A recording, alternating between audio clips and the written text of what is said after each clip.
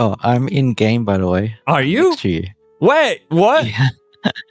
Oh, Renbaiku! Hey, what's up? Okay, so how about this? What other games did you play before developing SpiritVale? I think the last game I played was Path of Exile 2. Path of Exile?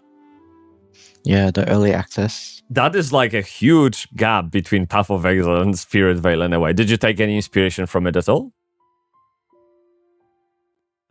I mean, people keep saying this is becoming more and more ARPG, so I don't know how big the gap is. They're actually complaining it's going too much towards that direction. They want it back to MMO, you know?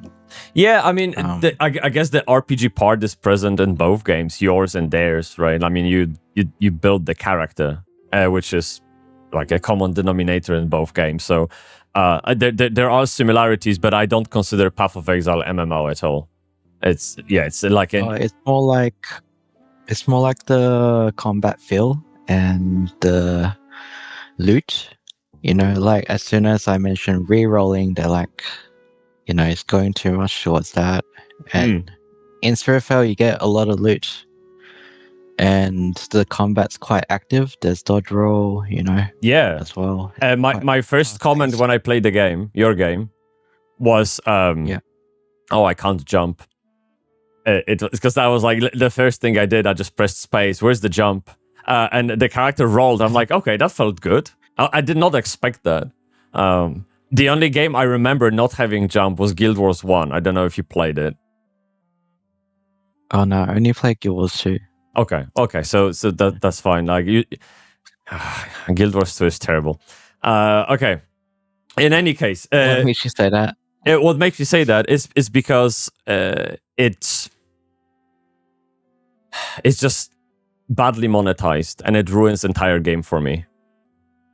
You can literally funnel money into the game, right? And it just and every single game design revolves around cash shop in that game. Like best looking outfits are from the cash shop.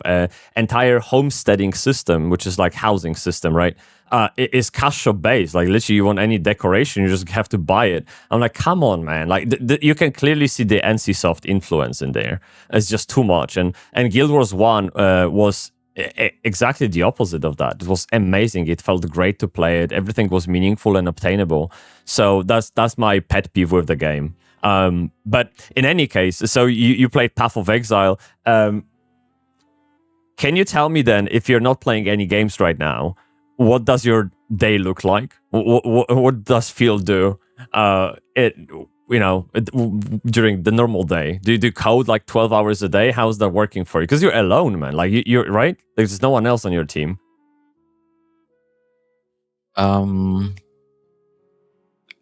mean, it might look pretty sad. Yeah, it's literally wake up and code and then eat and sleep. I admire that for like 7 months now. Probably keep doing that until release, which is like mid next year. But yeah, I think it'll be worth it. Okay. Can you? I enjoy it. Like I enjoy it. Just I'm trying not to get burnt out. You know. How do you not? Okay, how do you prevent burnout then? If you're literally waking up and coding. Like, I guess I've burnt out before, and then I know, oh, it's coming. I better take a break. I see. So that's from experience. You know yourself a little bit better. Yeah. Yeah. That's okay. Now, so I completely relate to that. I grind as hell every single day as well. So it's I understand that. But you mentioned that like you burned out before, and I bet this isn't your first game you're coding. Could you give us a little bit of backstory to your like game development career? How are we at this point? What happened?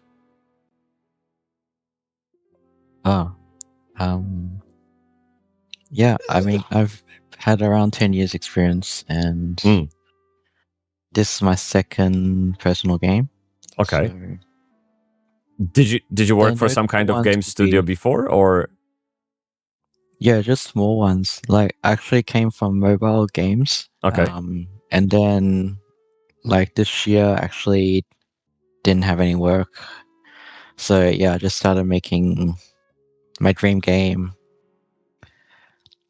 Actually it took a lot to get the motivation because I don't know. I feel like I was pretty low back then. But yeah, like 7 months later, this is where we're at now. And the I built a big community, and yeah, they really motivate me now. Yeah, I think you've done fantastic job. So 7 months to build what you have right now, to my brain, that is incomprehensible. It's yeah, right. 7 months, right? You checking? Okay, so yeah, I spent like 1 or 2 months prototyping mid last year, and then I had work, and then like I think I started again in February, March. So I think it's around 7 or 8 months, total. That is impressive. So to give you a little bit of background, I know how to code, but I know how to code web apps and websites. Yeah. Oh yeah. Nice. Yeah. So React and Python, that kind of stuff. But I tried Unity and Unreal Engine lately, and it just blows my mind, man. It's a completely different world. I can honestly make a ball roll with my WASD. That's pretty much how far I got so far. So seeing the game you've built in 7 months, that blows my mind. Do you know what I mean? Like it's so impressive. And how did you do it? Like honestly, I don't know what else to ask in that regard. How did you do it, man? I mean, I built the two things that kind of led to this was my first game was an mobile ARPG, so I got a lot of experience with the combat system there. And then I had 2 years of work at another place. We built a co-op RPG. So I learned a bit of networking from there. And then I combined all that knowledge to this. Dude, that's awesome. But also, like, focus on what's essential. I use asset packs for art and music, so I don't have to make them from scratch, So you can just build the systems you're dreaming of, and then, yeah, the art's not perfect, but like I'm pretty happy with how it turned out. Actually, I think it grows on you. I think art is something that made me interested in the game in the first place. It's because I think we had this tech call yesterday, and I briefly mentioned that I come from Lineage 2, which is Korean heavy grindy MMO, okay, and I come from World of Warcraft Classic, and if I was to describe myself before trying SpiritVale, I would say I am closer to Tibia, Old School RuneScape, and Ultima Online than I am to SpiritVale as a player, as my preference. But then your game completely surprised me. Like it was, I think it was just I think I played it in September for the first time, 27th or somewhere there. And no, it has to be before. Sorry about that. But yeah, anyway, like within the last 2 months. And I was like looking for a game to play as we keep testing new MMOs on the stream, and yours was like free to play on some kind of maybe Steam's offer, Steam Fest, whatever, just popped up. And I'm like, okay, fuck it, let's give it a go. Like we played like worse games in a way. Like I played gacha games. Okay, you can't get any worse than that. And I loved it. To the point that look, literally 30 minutes, 1 hour into the gameplay, people from stream started joining me, and we played together. It was like so nice and quick and easy to join and have fun. So to your point about you're happy with it, and I think it's good. It is good. Like of course it can be always better, right? And you probably know that the most. But for what we are getting, especially at this stage for free, and it's not even launched yet, that's amazing, man. So really, really, really well done. Can you tell me where does Ragnarok Online come into play with all of this? Wait, have you ever played Ragnarok Online? Let's just say no. I know what it looks like. I know how it plays, but I haven't, I think, moved a character myself in the game. Okay. Where do I start? Well, what's your story with Ragnarok Online? I assume you played it, right? Well, yeah, of course. It's like my favorite MMO. Nice. But it's like, it's kind of like what I want in an MMO. Ragnarok had, which was, you know, exploration, loot hunting, community. Also, the action of it was kind of unique. Where if you compare it to World of Warcraft, it's kind of like you click something, you press your combo, right? And then you tab to another one. Yes. But in SpiritVale and Ragnarok, it's very like messy and dynamic. It is. Well, it is in SpiritVale, so I assume it is in Ragnarok Online. Yeah, and I added the dodge roll as well. Like, it's kind of like modernized Ragnarok, where it's actually mechanically kind of difficult to play, and it's fast paced. You could even compare it to Dark Souls, like to a degree. Like if you play Warrior or something, right? Yeah, the combat is one big aspect of it, but also the loot hunting. So if you notice, every mob has fixed drops. Yes. And you can actually press F on them, and it tells you what it drops.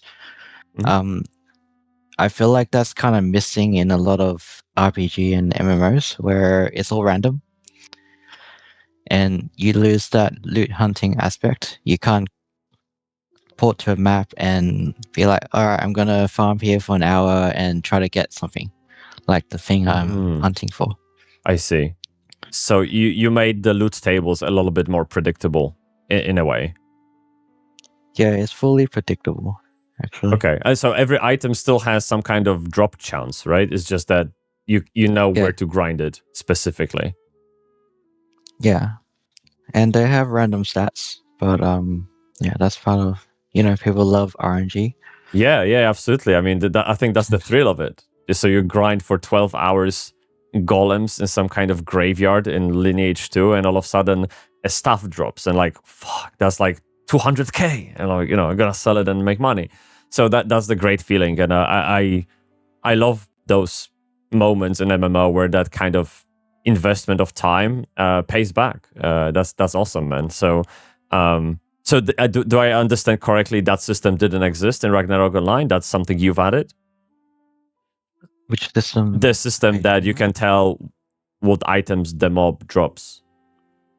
Oh, it does, but you need to like look it up on a database, like online database. So one point I want in this game is you can fully play it in the game, right? I don't want people playing with two monitors. You know, they got a database on the second monitor. Like, nah. I see I think I see why this game has been appealing to me, because I'm a WoW Classic Andy, and WoW Classic is very simple game in a way. Like, it's challenging, but it's a simple game. You just go, mark a mob, press a button, maybe once, maybe twice, it dies, and you move on. Okay, it's that simple. And sure, you can go and do raids, where there's like one or two mechanic to remember, but overall it's quite simple game. And when I play modern WoW, it's fully bloated, everything explodes, nothing makes sense. So I didn't even consider that you would have to put that loot table inside the game instead of hosting it outside to keep things simple. And how easy that is. That sounds amazing. It reminds me of the add-on we used to have in WoW called Atlas. You could pull up, Atlas was like this little button on the screen, you pull up a window, and that had an entire database of drops from mobs inside the game. So clearly there was a demand for it from players, but the game never delivered something like that, right? So good. You're literally thinking from the player perspective, which is nice. It gives like that, gives those quality of life changes, which I think we crave. So we talked about Ragnarok Online inspiring the game. Are there any other differences between SpiritVale and Ragnarok Online that you can think of? So that, because the reason I'm asking, I have people in the chat that know Ragnarok Online, and I want to paint a full picture of the game. So that's why. What other differences there are? Well, I mean, for one, it's a lot less clunky because our is 25 years old. The engine, you know. And yeah, a lot less laggy. You know, there's input lag. In ours input lag is directly related to your ping, but SpiritVale is all input is client authoritative. I mean, well, the movement is, but you know, like I make sure the input's instant, so it's good to play. It's part of like the modernization of the game. Yeah, it's modernized our. That's the simplest way to think about it. Just modernized Aura, basically. No, I think it's very important that when you press a button, like whatever button you press, it feels fun, right? Whether you want to walk, jump, roll in this case, or attack, it needs to feel great.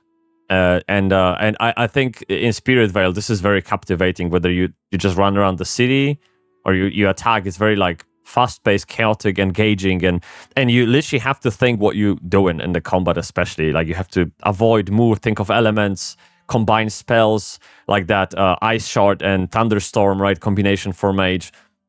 That's amazing. So it feels like a modern game. Modern, but simple in a way game that is very easy to get into, which is, again, I think very important, especially for new players. Speaking of new players, how are you planning the marketing of the game? How are you planning to attract more players into the game? What are the numbers you're hoping for? What is the limit of players that you can handle in a game? Like, you know, just take me through that kind of arc. Yeah. I mean, I released the playtest like 2-3 months ago only. And I expected nothing, you know, like I'll be really happy with 20 players. But yeah, like all these people joined the server now. We actually peaked at 300 concurrent. Awesome. Well done. That's more than Ship of Heroes. Yeah. Oh yeah. But yeah, like I'm doing, you know, interviews now. I'm posting a bit on Reddit. I've got 10K wishlist now. Like before, my goal was 8K, right? Apparently, that's when Steam considers your game decent. I didn't know that. But yeah, we've passed that now. Maybe I'll aim for 25K. Yeah, I'm not sure, but I think there'll be a big push when EA launches or the Kickstarter 3 months before EA. Yeah. Oh, okay. Stop there. All right. Because I had this idea in my head on Discord. Your Discord, you posted that you had like a investor meeting the other day, and now you mentioned like Kickstarter campaign and now early access. Can you take me through the funding of the game? How are you planning to make the game sustainable long term? What's the idea there? Well, you know, monetization is one of the biggest topics in the server, and yeah, there's all these ideas. Yeah, I don't actually know what's right, but you know, I like to get feedback from players.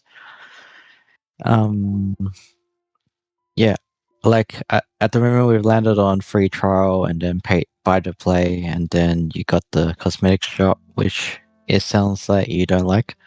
No, I don't. But,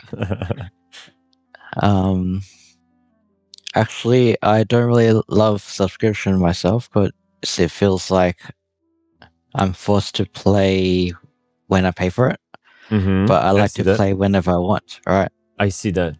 Okay. Yeah, actually, the DNA of this game is do whatever you want. If Okay, I can see how subscription might not work well. Well, so going back to maybe, by the way, chat, if you have an idea how Phil can monetize the game, drop me a message. We can read it out. But you mentioned, I'm not a fan of cash shop and decorations. I think the only type of monetization of the game that I can accept cash shop in is if it is free to play. So if the game is entirely free to play, I know how business works. I know it needs money. That's just rule of life. And so if this is the way you can generate revenue to keep the servers running for people who are playing the game for free, that is acceptable. I still don't like it because I very much feel like visual progression is important aspect of RPG. The fact of looking cool rather than buying the look. Gaining it in the game is an achievement itself. So, but this is an old school brain. Like, this is how I've been trained. This is how I like it. So maybe modern audience, whoever plays your game, maybe the next generation doesn't see it that way, but I certainly do. So yeah, I do. I know what you mean. But it's kind of like I'm between a rock and a hard place. Yes, players don't want play to win, but then you have to lean on cosmetics with no stats, right? Yes. But then they're like, well, what do I consider a in-game earnable item and a premium item? Like, it's kind of hard. It is hard. Yes. Yeah. Have you played Throne and Liberty? Not yet. So it's one of the new ones, right? Yeah. So the game is from NCSoft, right? The same people that Guild Wars 2 has money from. And NCSoft launched Throne of Liberty by themselves. There's no collab or anything. It's their game. And in this game, the best looking armors are from Cash Shop. And if you think about it, that's very important from NCSoft perspective, that's very important to have because people need to have an incentive to spend money. And if the items in shop were worse looking than those obtainable in the game, then why would they pay for it? You can immediately see how corruptive that thinking is when it comes to making game design decisions. So, people ask, how is decoration, how is look of the character pay to win? It goes far beyond that. It literally changes how corporations think because that's where money is. So they go there, right? I'm only always worried about that when it comes to cash shops and decorations. Guild Wars 2, I mentioned the entire homesteading system fails because you just have to pay for every fucking decoration in there. I'm like, come on, man, let me have my beehive, let me have my wardrobe. No, man, you have to dish out. It's really bad. So you can, of course, take it to extremes. Maybe there's middle ground, as you say, between hammer and an anvil, right? I don't know. It's very difficult to dance with that, find a fine line. But if I was you, I would probably go for subscription. But I don't know I don't know who your target is, who your audience is, and I do have disposable income. So if I pay 10 quid for a game every month that I play like 20 hours a month or less than that, I really don't care, right? But some people, it's either they pay 10 quid for a month of sub to World of Warcraft, or they don't buy another game they wanted to play. It's like either or. For me, it isn't. So it really depends who you target with your game. So, like currently the server's made up of Southeast Asia, Brazilians, and US mostly. If I check my Steam player count based on region, it's like USC, Indonesia, Philippines, Brazilian, who are hopeful. I mean, I guess from a seller's point of view, you hope for US, right? They have the most to spend, and they will keep your game running. In terms of demographics, so let's stick to US, right? You mentioned in terms of demographics, are you looking for more of a younger audience or older people that know old school MMOs, or are you planning to draw people from Fortnite to the game? Like, what kind of people do you want to play the game? it's not really about the age gap. Like, it's not really about the age. It's more about people who, you know, like games these days, they just hold your hand. They tell you what to do at every step. You know, this game is supposed to get away from that. Mm-hmm.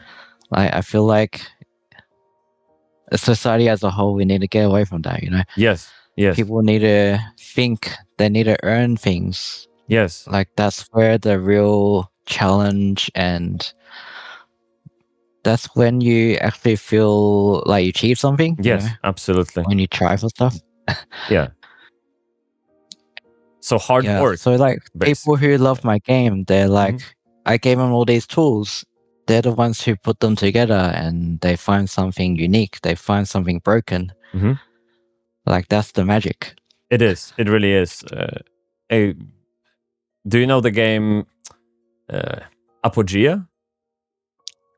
Yeah. So this game gave me a similar vibe, although it's very different to your game in like a static way and a system wise. But it gave me the same feeling. Like, it kind of dropped me in the middle of the world, and you do you. Like, go ahead. And of course, it wasn't very long before I died, because there was like first or second rat just killed me. But I learned it very quickly. Okay, so I see what you mean, but I think like. I don't know about my generation or the generation before me, but I feel like new generations, they like that complacency, they like that comfort and that easiness that comes with games like Candy Crush, Animal Crossing, all those games.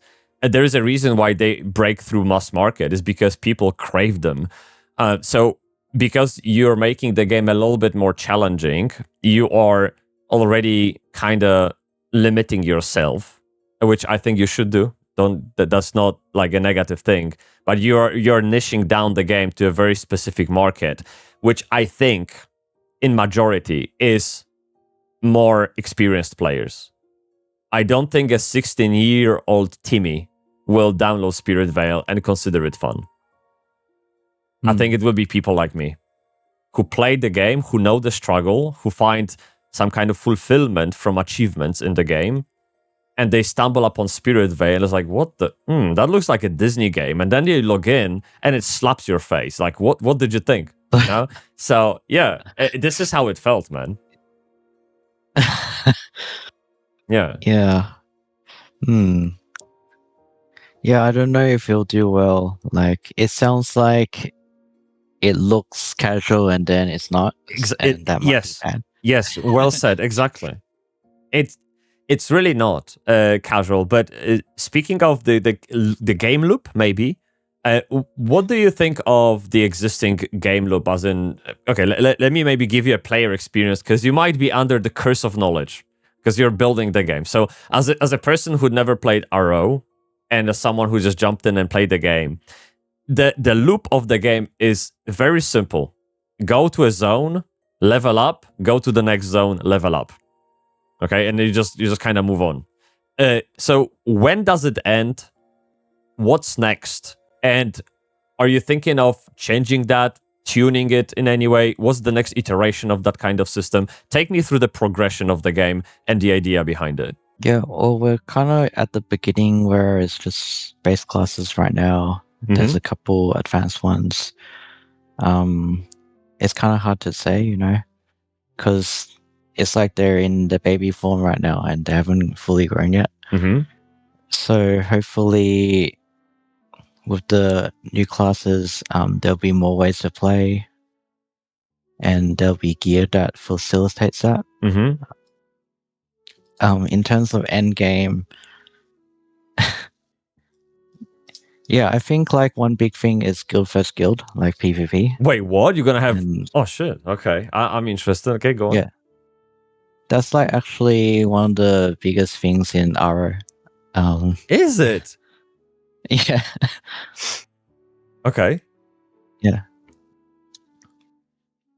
So the idea. Okay, so if I understand it correctly, your vision for leveling in the game, so for a, let's say, just player experience, is that they level up from 1 to 150. Okay, and then they switch entirely to the PvP mode? Is that how you see it? Well, normally in games there's like both, right? There's PvE, which is raids, dungeons, and then PvP, which is guilds or whatever PvP ladder you have. So hopefully there's both. But actually, the real end game is like chilling in town and showing off your costumes. Ah, I see. So this is a very much social experience then, rather than. Okay. Yeah. So one of the main things about RO is community and the social aspect. Okay. Like I mentioned. Do you know the game Nin Online? No, it's a very much similar situation. A single guy built an MMO many years ago, and the game right now has, I don't know, like 30, 50 players online, and I logged in to play it, and the community was amazing, man. Like, I can log into WoW or any of those New World games, whatever, right? I'd never been treated so nicely like I did in Nin Online, and that game is entirely about some kind of role play, social experience, getting to know people and just fucking around together, pretty much.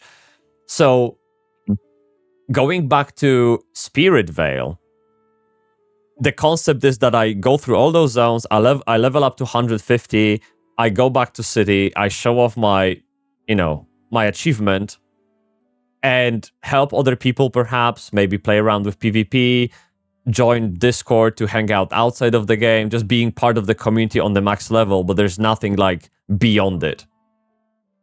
Nothing next to look forward to. Is that how I get it?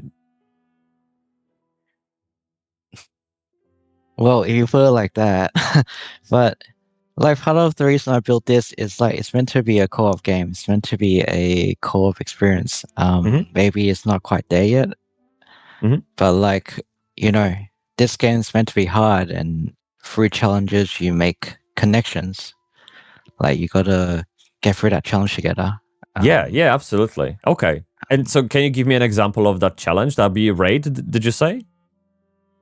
Raid dungeon? Yeah, like, some challenges, it's like,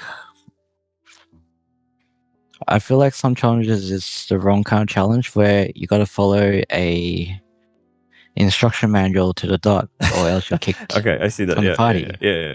But like RO and SpiritVale is a bit more messy. It's about the moment-to-moment combat, and then you can revive each other, you help each other out.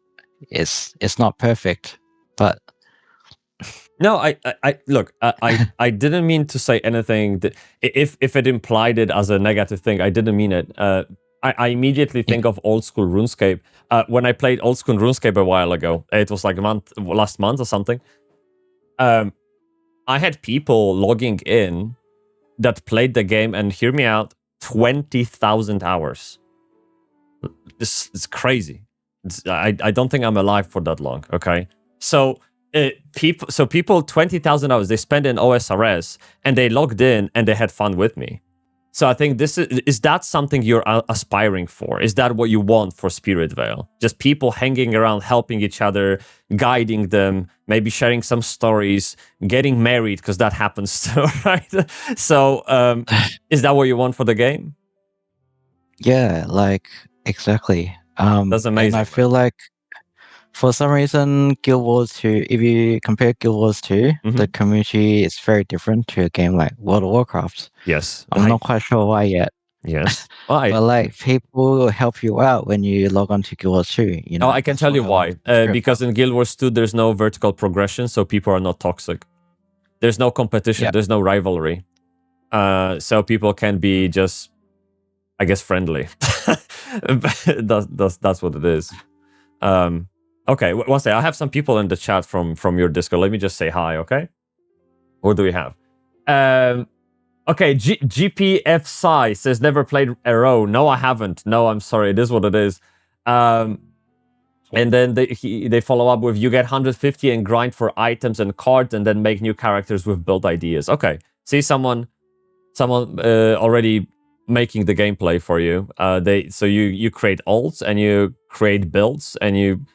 By the way, this is a very good point. When I played the game, I would spend probably 50% of the time in the city playing around with those fucking talents, man. Like I would sit and like change, like how does that come on, can I make something good? Like I know there are people who will load up Google and go for a meta build. I'm not that kind of person. I like to, explore. And I really had fun. I still haven't figured out Summoner. I think this is probably the toughest one for me to figure out.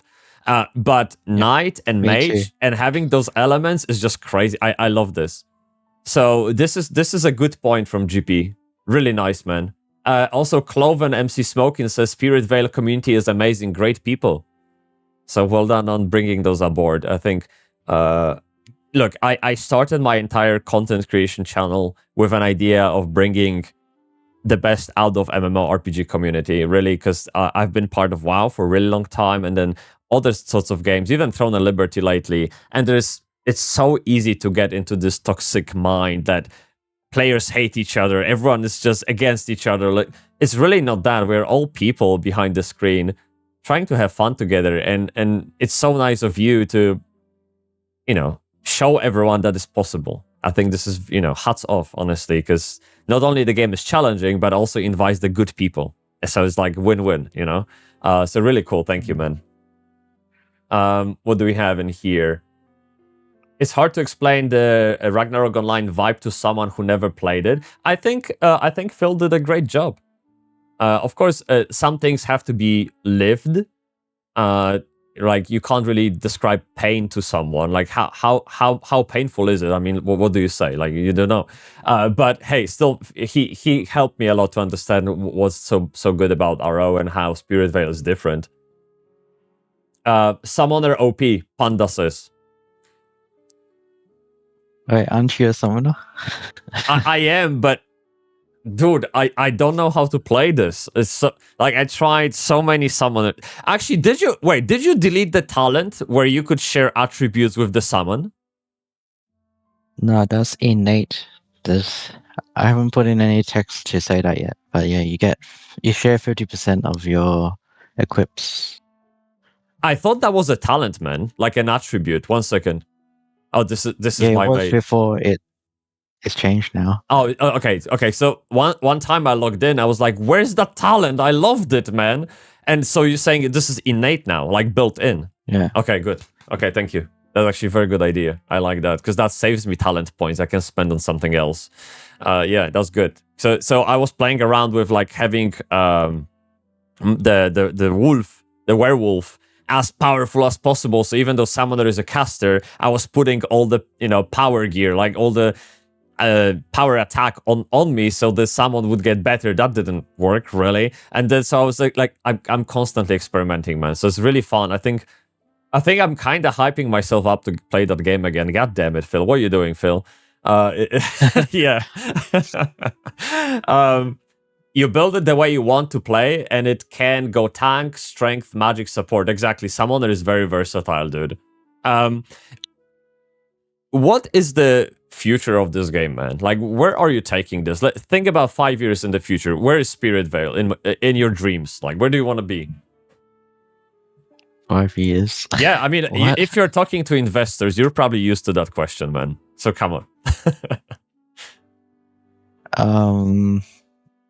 I can't really tell you. I could barely follow the roadmap I wrote, That's ago. cute. That's okay. Yeah. Okay, so how about 1 year? Is that something we can imagine? Well, right now I'm just thinking of how to get to early access as soon as possible. Okay, can you... It's like I'm still building the base of the game. Really? Yeah. Oh, okay. So can you tell me what's the... I just added friend system. I know you did. The friend system and the, what you call it? The chat split. And yeah, the party window, that wasn't there when I played it like a couple of months ago. So you keep adding stuff all the time to the game. What is still missing then before it can be early access? Okay, well, there's a roadmap actually, but yeah, so vending is a big thing in RO. Do you know what that is? No. Okay, so players can set up shops with their characters, and then you can click on the shop, and it's kind of like window shopping at a mall. Wait. So you got like all these players lined up with shops. I know the system from Lineage 2. I remember as a do you have to keep your PC on for the vendor to stay online? Nah, your account can't be used when you vend with that account, but then you can log off that account and log into a new one. That's how it worked. So yeah. Okay. So in Lineage 2, back in the day, like 2003, 4, 5, you would have to stay logged in, man. Like you would literally have to keep your game on. So of course, as a little me, my parents would be like crazy because that would rake up their electricity bills. But man, I had to sell my weapon. What the fuck do you mean? So what I would do, I would put blanket over my PC. So every time they checked in the room, they'd be like, okay, it's good.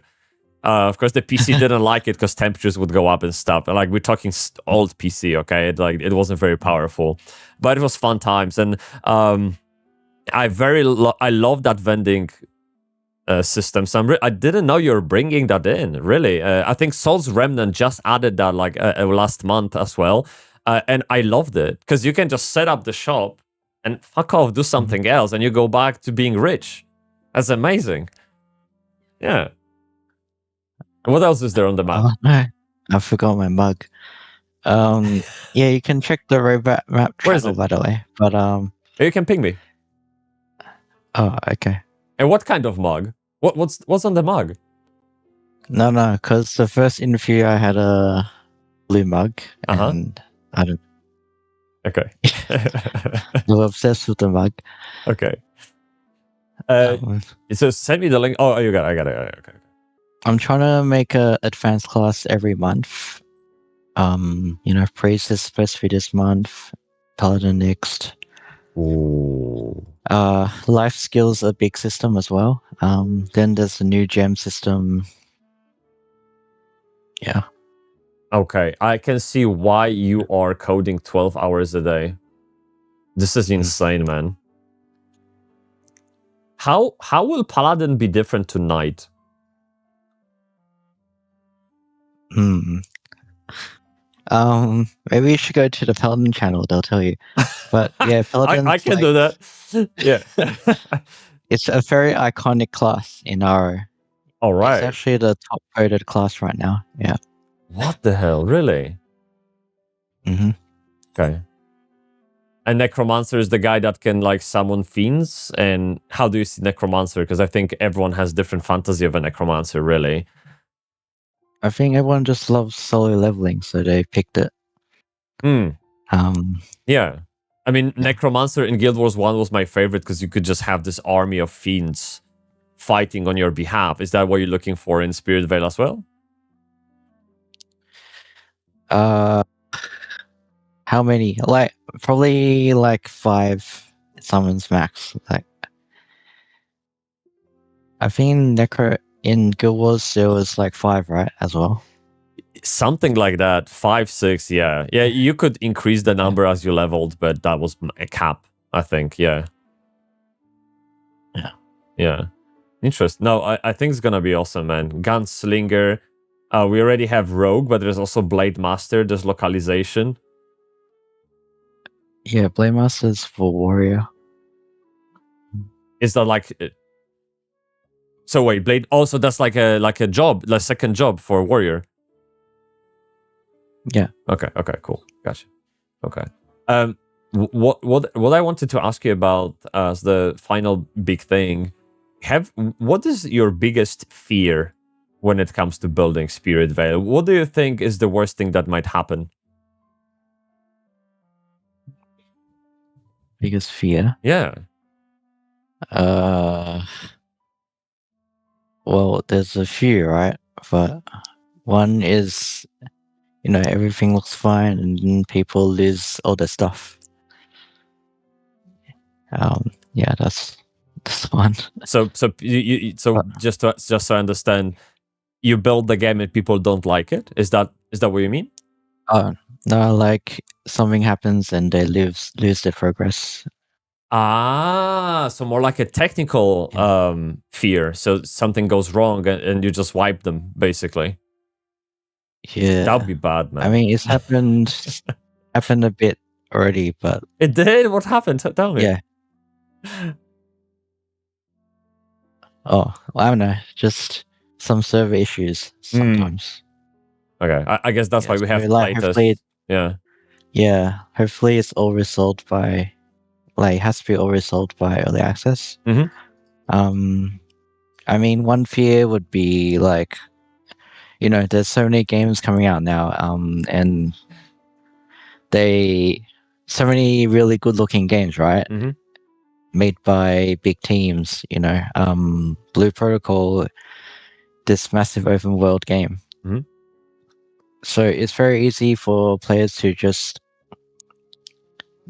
go to another game. What can SpiritVale do to hold their attention? That's, yeah. I think SpiritVale is doing exactly what it needs to do. I wouldn't worry about that. There always been games. There always been options on the market. It's just now they are more available because we live in the digital age. So, the market has always been saturated with those games, at least for the past, 20 years. How many MMOs we get is just insane. Especially, 2010, we had 10 MMOs every year. Crazy. So, just make a good game that people will want to like. And I think you're very much on the right track. I mean, if you got me interested in this game, a guy who plays old school, very heavy, grindy, slow-paced games, you got me interested in SpiritVale. I think you're doing something right. It really is. So don't let go of that idea that it's challenging. I think it's literally what makes SpiritVale so beautiful and unique.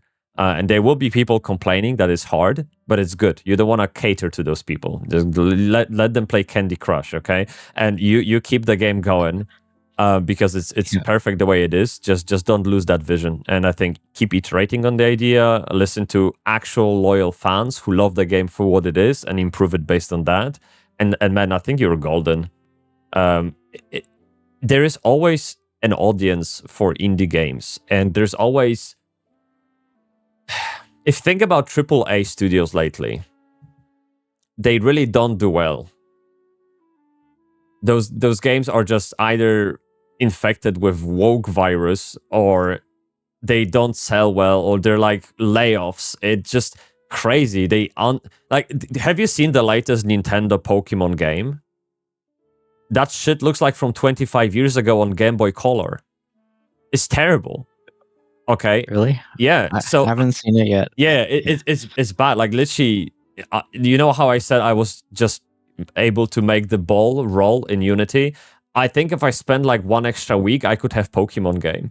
It's so... And it's AAA studio that has 100 billion in franchise. It's so bad. So don't be scared of AAA studios because they don't know what the fuck they're doing, and they are huge whales who can't pivot very easily. You are a small startup and you can pivot overnight, and that's the beauty of it. So keep disrupting, keep going, and I think you're gonna do great, and you have great people behind you, man. This community is awesome. They just joined my chat and they were like, hell yeah, woo, amazing. So dude, just keep it up, and I think it's gonna be great. So you said early access April, right? That's what we're hoping for. Are you still... You think it's still on track with that?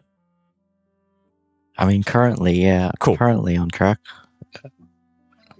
Yeah. Yeah. Concord is another example. Panda just said Concord.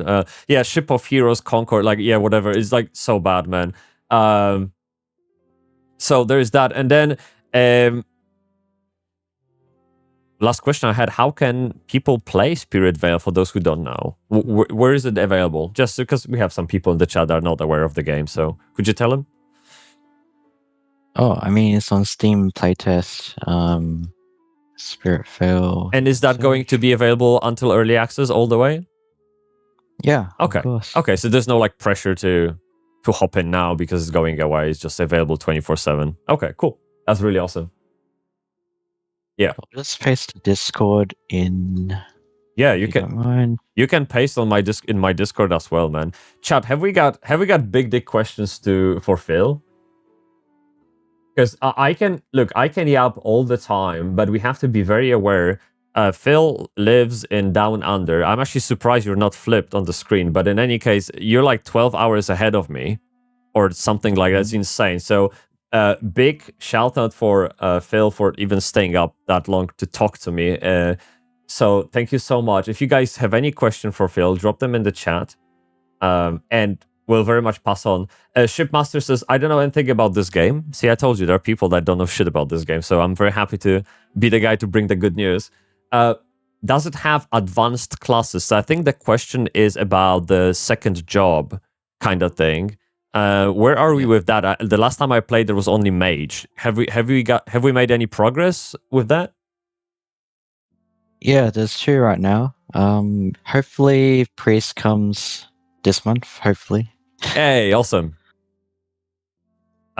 Shadow Priest was my very first class in World of Warcraft, so that tracks. I might try. Is that like pure healer, or is there any damage output as well? We'll see. Oh, okay. I don't want to spoil. Oh, yes. Okay. Got it. I appreciate it.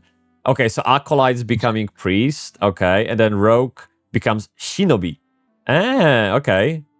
And then Mage becomes Wizard. Okay, gotcha. That's awesome. He will carry on coding when he finishes the call. Is that true, Phil? Are you going to bed? I think so, yeah.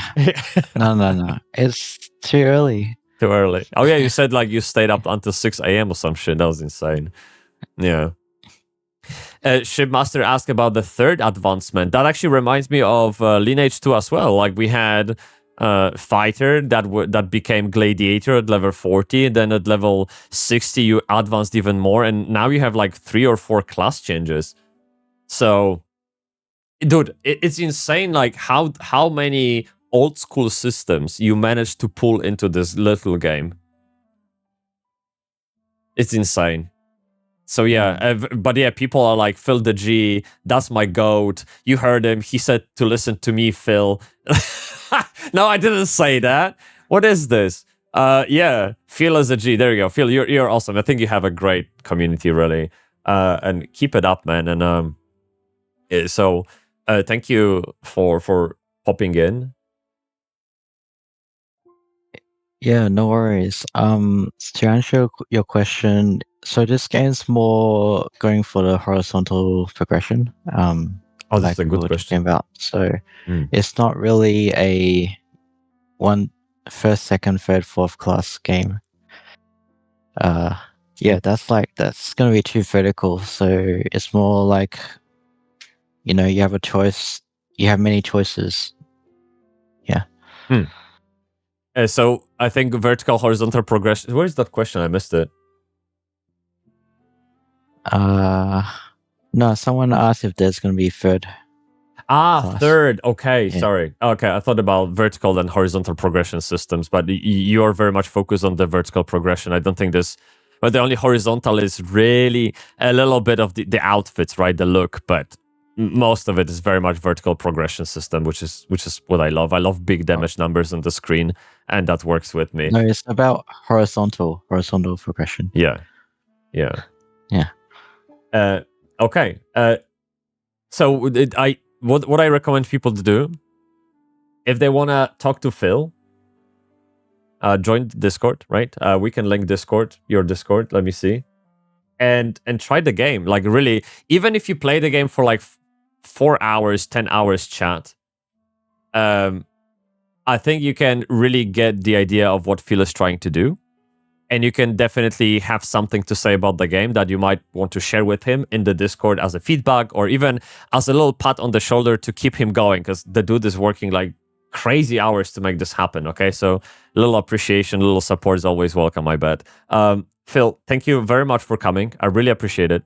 And if you need anything from us, from me or the community that I have, let me know. You can always DM me. We can play together. If you have something to show off and want to do some kind of co-op dev stream to share the new changes, feel free to reach out and we'll always stay in touch. So thank you for tuning in. I really appreciate it, man. That was awesome. Subscribe.